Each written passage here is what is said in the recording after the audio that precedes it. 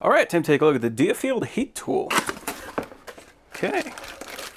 So we got a handful of attachments. So we have some reducers. So that can be great for making sure that you're only applying heat where you want it. We have the deflector. So if you want to heat up something here, but you want to protect whatever's underneath it, you can use that. And then we have the scraping tool. So basically the same thing as a deflector, except it forces all the air down. You can use a scraping tool to like peel paint off, stuff like that. And then this is the heat gun.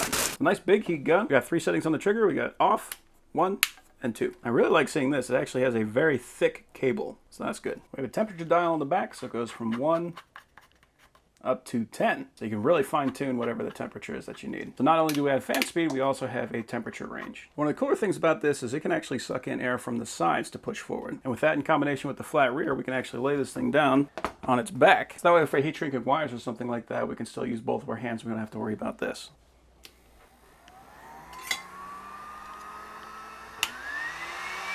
That's nice.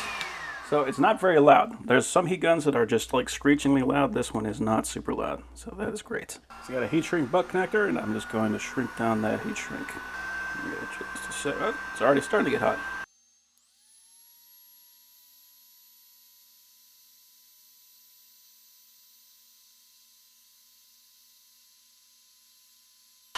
Wow. So I'm super impressed. This thing actually heated up extremely quickly. I'm so used to having to wait for heat guns to heat up that this was actually kind of shocking. So this is a very nice, and on top of that, quiet heat gun. I'm very happy with that.